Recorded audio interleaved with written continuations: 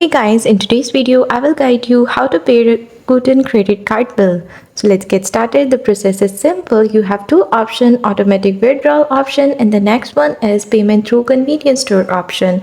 Let's talk about the first one. You can pay your bills through automatic withdrawal by registering your personal bank account. There are two ways: online banking linkage service. You can register your bank account on the internet. It is more speedy than using the form. However, it is necessary that your bank holder's name must be the exact same name as your cardholder name and FRIGNA. If not in the case, you need to register it with the banking application form.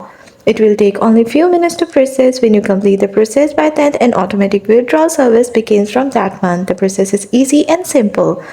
The second one is using the bank application form. To the bank application form, if you do not set your bank account for automatic withdrawals, you can pay bills through bank or convenience stores. We will send you the transfer forms before the 27th. Please pay at the convenience stores or bank using these forms. You can recommend that you enroll in the automatic withdrawal option as payments through convenience stores will occur installment fee.